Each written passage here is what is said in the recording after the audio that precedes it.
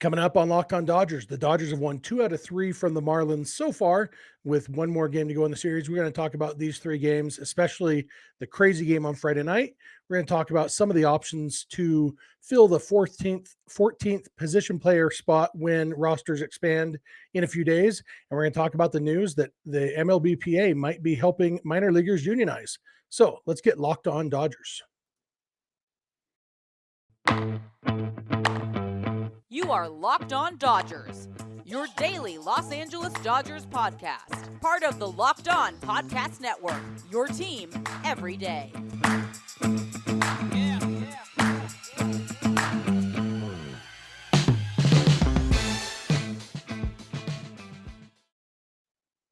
Hello, Dodger fans. This is Locked On Dodgers, part of the Locked On Podcast Network, your team every day.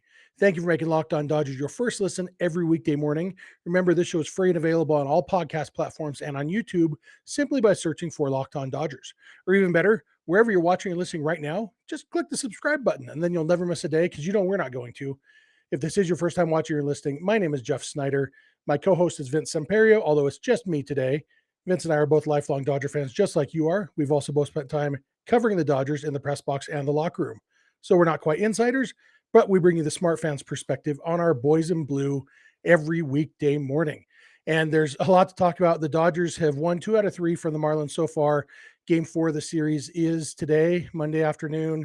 I think it's a 3 p.m. start, California time, maybe 3:30, somewhere in that ballpark anyway.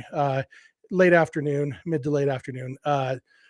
The Dodgers have won 2 out of 3. The one loss was a complete game by Sandy Alcantara. He shut the Dodgers down on Saturday. It looked like they might get to him. Mookie Betts hit a home run. They made him throw, I think, 22 pitches in 1 inning, but he really settled down. They threatened in the 9th inning. They had the bases loaded with 2 outs in the 9th inning, tying run on 3rd, go-ahead run on 2nd, and Joey Gallo hit the ball hard, but the first baseman, who had made a lousy play earlier in the inning, made a nice play to get the 3rd out, end the game, get Sandy Alcantara, I think, his 4th complete game of the season. And definitely a different Alcantara than we saw in Los Angeles. This is the one that teams have been seeing all year, and he is a very good pitcher. It's easy to see why he is probably the front runner for Cy Young Award. I mentioned this on Twitter a little bit. I'll just talk about it briefly. I listened to part of that game on the radio. I had to drive somewhere, and so I was listening to it on satellite radio, and SiriusXM just puts the home team's radio feed available on the radio in the car. You can listen to the visiting team on their app online or whatever. This isn't a SiriusXM commercial. Come on, Jeff. Anyway, so I had to listen to the Marlins broadcast, and not too bad. Their play-by-play guy is really good. I'd never heard of him. Glenn Geffner or something like that. Outstanding play-by-play guy. Really good at describing what's going on in the game and doing it quickly, timely, all that. As you guys know, if you've been listening or watching us for a while, as much as I really like the Dodgers radio play-by-play guy as a person, I like everything about Charlie Steiner, except he's not very good at describing what's happening in a baseball game. I don't know if he used to be, if he's just gotten worse at it. I don't know.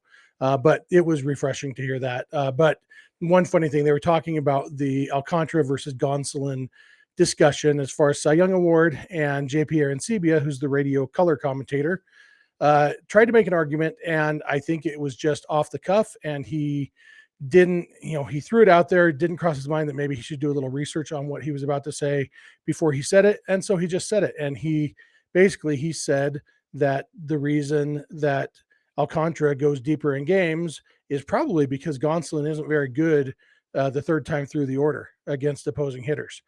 And Gonsolin's numbers this year, his 3rd time through the order, it's a small sample size. It's only 40 or 50 plate appearances, but he's allowed a 400 OPS, which is like ridiculously good. That's like pitchers hitting numbers, basically. And Alcantara's numbers 3rd time through the order, I think it's a 635 OPS, still solid. Not nearly as good as Gonsolin's, obviously higher sample size because Alcantara does go deeper in games, and didn't change my opinion on who should win the Cy Young Award. I would vote for Sandy Alcantara right now. I think the quality has been very similar, and Alcantara has a huge edge in quantity. He's thrown, at least 40, close to 50 more innings than Gonsolin has. And it's almost a no-brainer for me. Gonsolin would have to be a whole lot better quality-wise to make up the quantity difference in my mind. But yeah, I just thought it was funny that Aaron Sebia threw out this worthless argument trying to make his point. Anyway, but the main game I want to talk about is Friday's game. It was just crazy. Dodgers won in 10 innings. I think the final score was 10-6, despite the Dodgers trailed a few different times. Mookie Betts had 3 different hits, 2 homers and a double that either tied the game or took the lead. And just it was the Mookie show. He ended up 4 for 6 with 4 RBIs, 3 runs scored. Just ridiculous game by Mookie. So clutch. Every time he came up, it was in a big spot, and every time he came through. The Dodgers only have 14 blown saves this year, and 2 of them happened in that game. If you're not familiar, I'll explain a blown save really quick. It's the funny thing about blown save is people think of it as a closer stat, and it's not necessarily. I remember back when Jonathan Broxton was first the Dodgers closer, the first year or two, broadcast used to mention that he still had more blown saves than saves in his career. And that was because he was a setup man for years before he was the closer. And you can get a blown save as a setup man, even though you can't ever get a save, because basically anytime you come into a game with a lead that is technically a save situation, meaning 3 runs or less, regardless of the inning, that's considered a save situation. So if you come in the 6th inning with a 1-run lead, run around third, nobody out, and you give up a sac fly to tie the game, that counts as a blown save. Even though you were never going to get a save in that game, it's not like you're going to pitch the 6th and the 7th and the 8th and the 9th. It's just, you weren't going to get a save, and yet you're eligible for a blown save. So anyway, the Dodgers have 14 blown saves this year. 2 of them came in that game. Phil Bickford was terrible again. Not quite as terrible as his previous performance, still pretty bad. And then David Price in the bottom of the 9th inning gave up a leadoff home run to tie the game. So another blown save. But it was kind of funny to me that 2 of their 14 blown saves, 14 is not very many, by the way. It's tied for 4th or 5th fewest in baseball. And so they don't have very many blown saves, and 2 of them came in one game that they ended up winning. I think there's only 9 games that they lost and had a blown save in. So that's pretty good. But yeah, that was kind of wild. And then in the 10th inning, they just kind of went crazy and scored a bunch of runs and ended up putting up a 5 spot in the 10th. And Brusdar Graterol allowed the zombie runner to score in the bottom of the 10th, but that was it. So 10-6 final. Speaking of Graterol, there was a lot of talk during the game about why Bickford was in the game in the first place. And basically the answer that Dave Roberts is never going to say out loud probably is that Dave Roberts has bigger priorities than winning a random late August game in Miami that is meaningless. Every regular season game on its own is meaningless.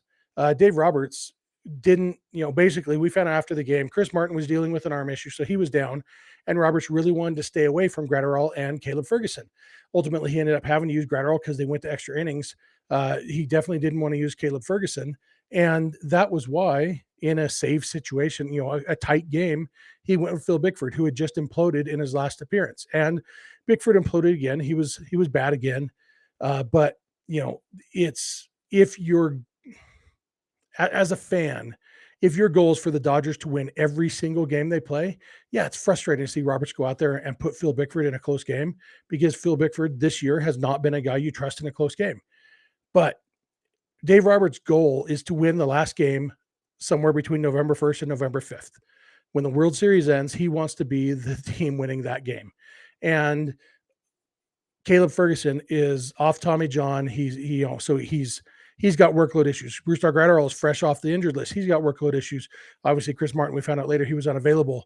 And so Dave Roberts has to manage all these things. I don't think Dave Roberts is a perfect manager, but I think it's so funny how many people jump straight to Roberts is a moron, when most of the time we end up finding out, once you understand the reason, you're like, oh yeah, I guess that makes sense. And, in this case, there are things, some people will never be okay with the idea that we don't care about this game. And with Alcantara pitching on Saturday, I told somebody this Friday night, with Alcantara pitching, I think basically Friday's game was basically a bullpen game for the Marlins.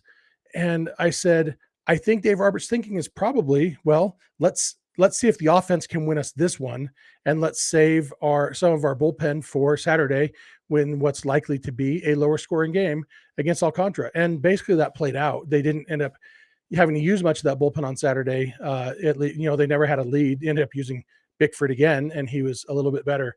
But all in all, it's just, I don't know. I feel like at this point, with Dave Roberts' track record, I don't think we need to blindly just concede to him.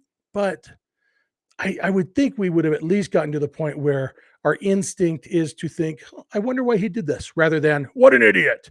So that would be my thought on the Dave Roberts thing and that Friday night game. And the Dodgers ended up winning. Basically, it was exactly what I said. The offense won them the game despite the bullpen usage. And great, they got a win that didn't matter. If they had lost, it wouldn't matter. If they had lost that game, they'd be up 18 and a half games instead of 19 and a half games on the Padres right now. You know what? It doesn't really matter. I'm going to come back in a minute. I'm going to talk a little bit about some of Dave Roberts' comments about who might fill that role of the 14th position player when rosters expand on September 1st. So thank you for making Locked On Dodgers your first listen every day, and please keep it Locked On Dodgers. Are you one of those people who thinks it's okay to drive stoned? What's the worst that can happen, right? You end up driving below the speed limit. It's no big deal, right? Wrong. The truth is your reaction times slow way down when you're high. You not only put yourself in danger, but everyone around you. Talk about a buzzkill. Stop kidding yourself. It's not okay to drive high. If you've been using marijuana in any form, do not get behind the wheel. If you feel different, you drive different. Drive high, get a DUI. All right, I am back. I want to thank you all again for making Locked On Dodgers your first listen every day. It really does mean a lot to Vince and me. We love talking Dodgers with you, and we love that you are here talking Dodgers with us, and we love interacting with you. We'll give you all the contact info at the end of the episode, how you can reach out to us if you want to. Dave Roberts, after, what was it?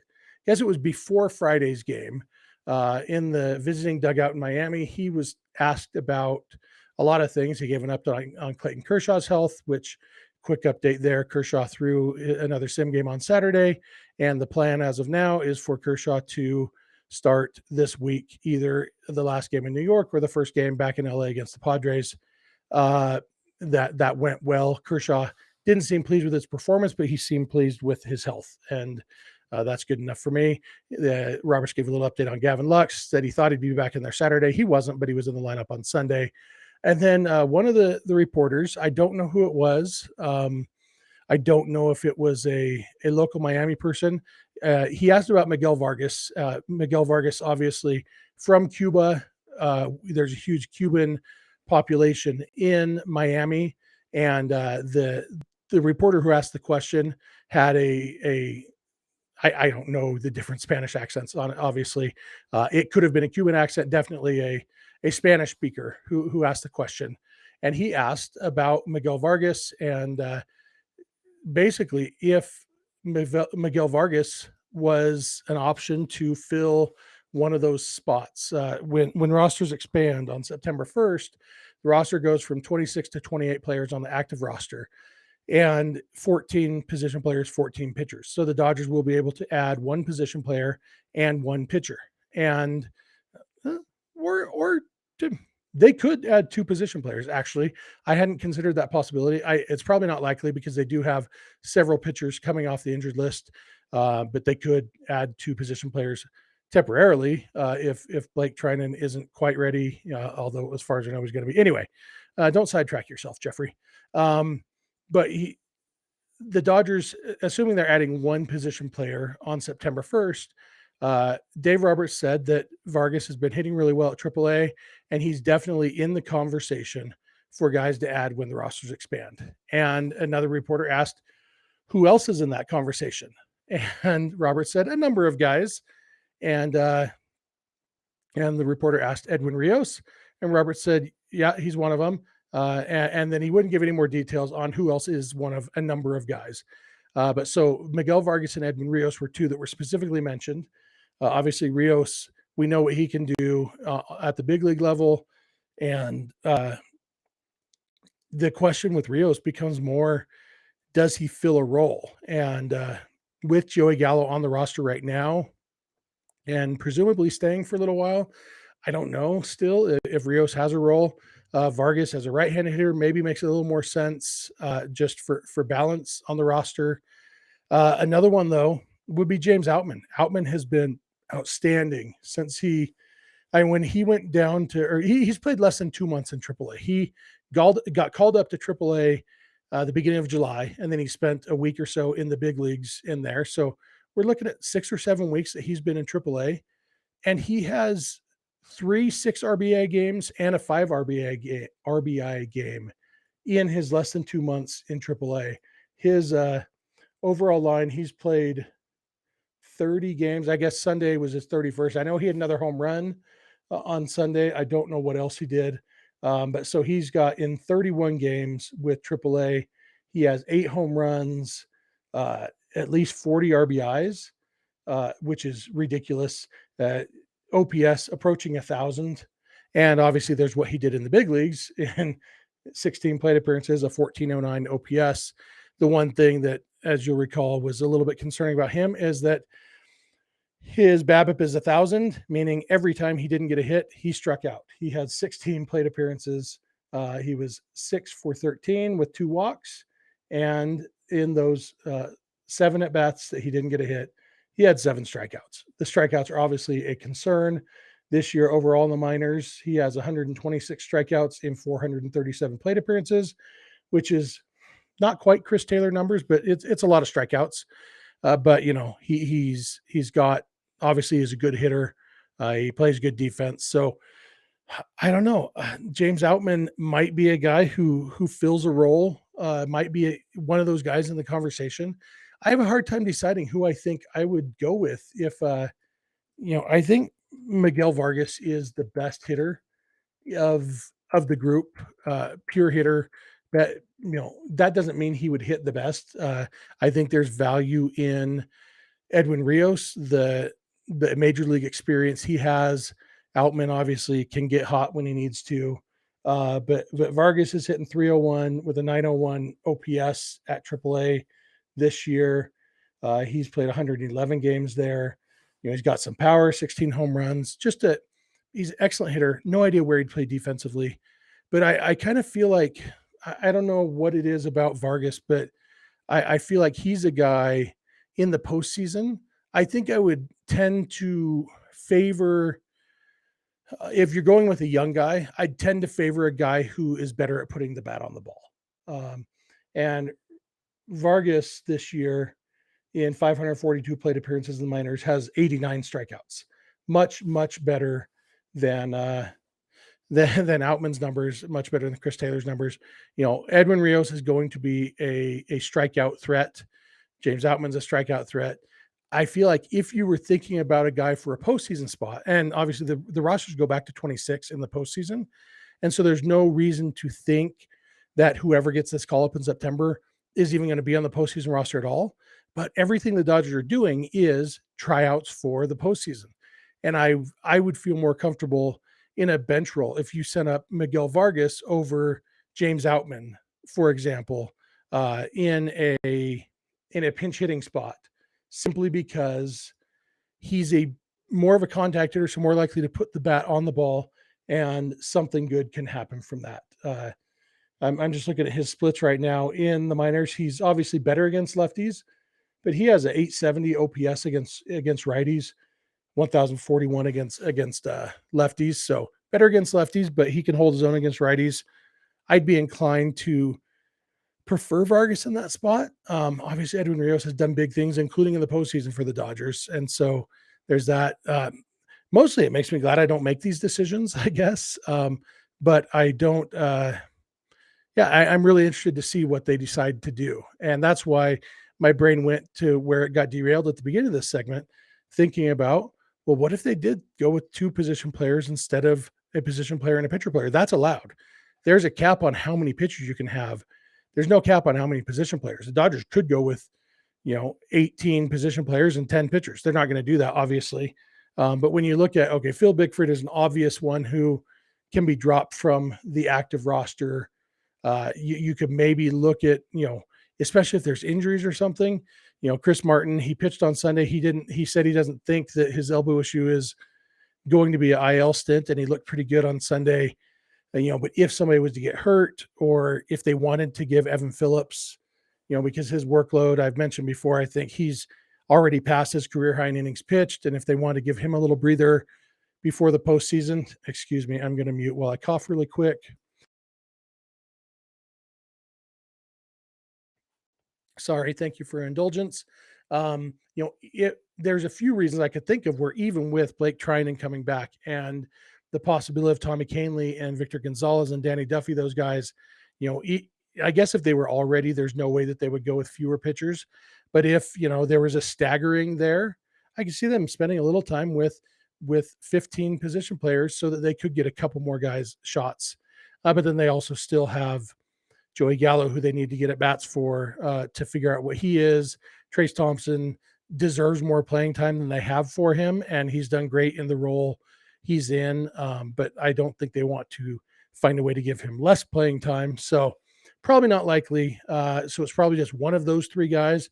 I don't think there's anybody else really on the radar, as far as filling that one position player spot besides Vargas, Rios, and Outman. Yeah, nobody else jumps out at me. Kevin Pillar theoretically wanted to come back this year. I just don't think it's going to happen. Even if he was ready, I don't think there's a spot for him. So probably one of those guys. And I don't know who I'd pick, but I guess that's all I have to say about that. I hope there's at least some food for thought there, even if it's not satisfying of actually having an answer of what I think they're going to do.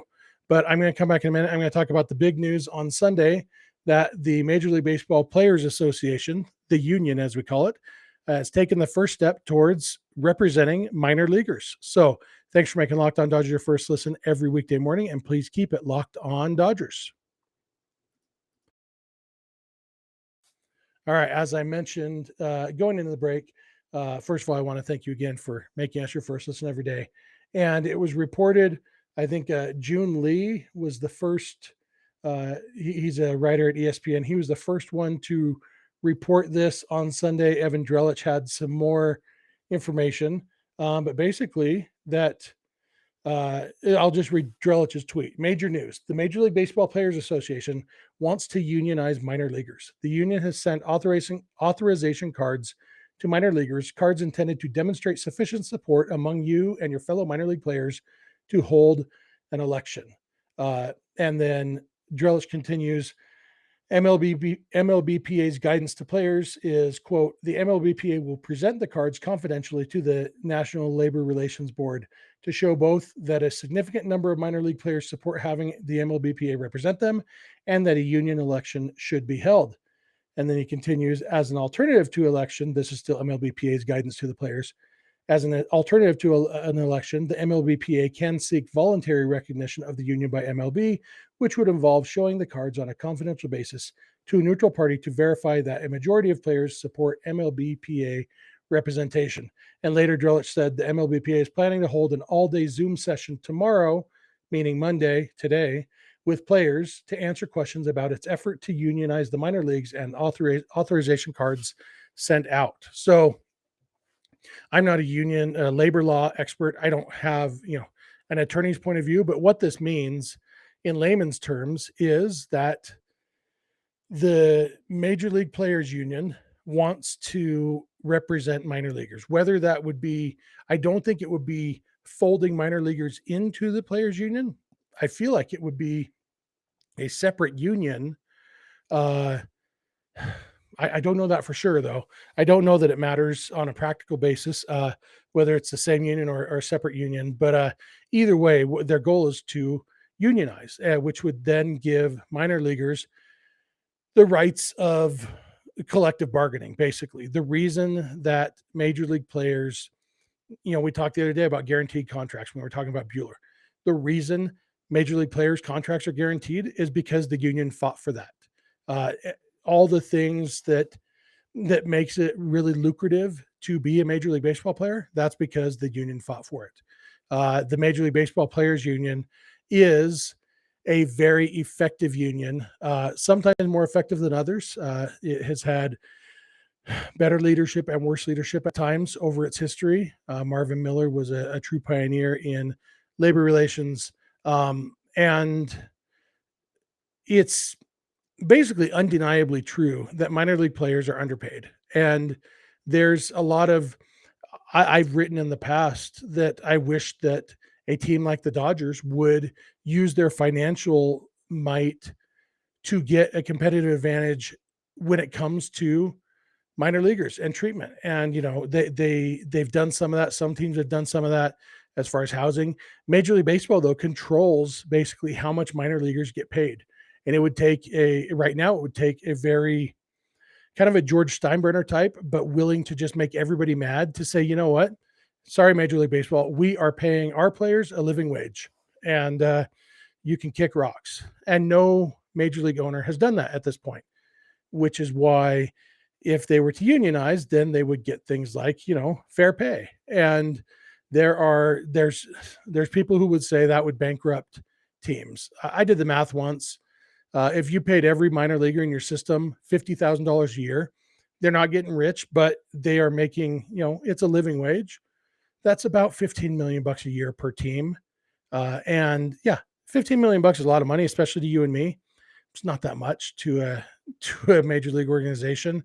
And it's, depending on the organization, it's more for some than for others. But yeah, the fact is every team could afford to pay their minor leaguers a living wage. And I don't think that this union would be fighting for, millions of dollars for minor leaguers. There's still a benefit to getting to the major leagues, and minor leagues don't bring in as much money as the majors, all of that. But fighting for a living wage enough that, it's funny because minor leaguers are contractually obligated to stay in peak physical condition year round.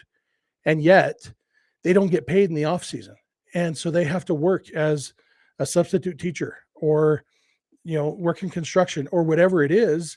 And they have to then also find time to hit the batting cage or throw or whatever, and hit the weight room, stay in physical conditions, stay in baseball conditions so that they're ready when spring training rolls around. It's kind of ridiculous. And if they just got paid enough that, okay, it's the off season, I can focus on the off season. I can focus on rest and rehab and working out and all the things that will make me a better baseball player. The reason I always wanted the Dodgers to take advantage of it is a competitive advantage. If you have players who can afford to work on becoming better baseball players instead of having to worry about how am I going to survive, that's a competitive advantage. And overall it's better that everybody gets that and not just Dodgers minor leaguers like I would have hoped. But it's a better thing if everybody gets it. And there's still a long way to go. The fact is, all we know right now is what the MLBPA has done indicates that they know they have at least 30% support from minor leaguers. These cards they sent out, basically they have to show that they have more than 50% support for unionizing. And that's how they will they would be able to unionize. And there's a lot of concern about tactics that MLB might take to discourage people from signing those cards. You never know what's going to happen. And even just fear of retribution, even if there's not actual threats of retribution, there's some minor leaguers who might just say, you know what, I'm going to be in the major leagues in a year or less anyway. I'm not going to rock the boat right now. There will be some guys who don't sign. There will be some guys who just don't like unions and won't sign because of that. But their hope is to get more than 50% to sign, and then they can hold an election. Or as Drelich's tweet said, MLB can voluntarily recognize the union and not have to go to formally vote to unionize. The MLB could just say, all right, you're a union, we get it, and deal with it. The timing right now, I don't think is coincidental. They have a new CBA, which means they don't have to renegotiate that for several years. They've finished their discussion about trying to do MLB wanted an international draft. Players Union wanted the qualifying offer drop.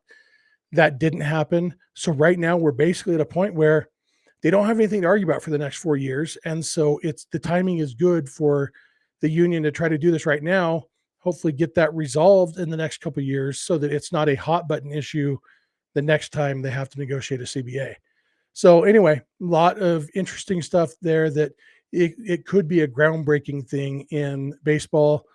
I don't think any of us really totally know where this would go, what this would lead to, but it's a big deal. And so that's what we do on this podcast. We talk about big deals. So as I mentioned at the top of the show, Dodgers have won the first 2 out of 3 in this series with the Marlins. One more game with the Marlins before they head to New York for a 3-game series with the Mets on Tuesday, Wednesday, Thursday, and then they head home to play the Padres.